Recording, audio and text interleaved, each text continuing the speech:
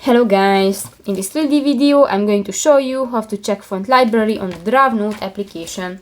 But first of all, I just want to mention, please don't forget to subscribe to our channel, because at 100,000 subscribers we are going to show you all YouTube revenue statistics and growth strategy how to make money online.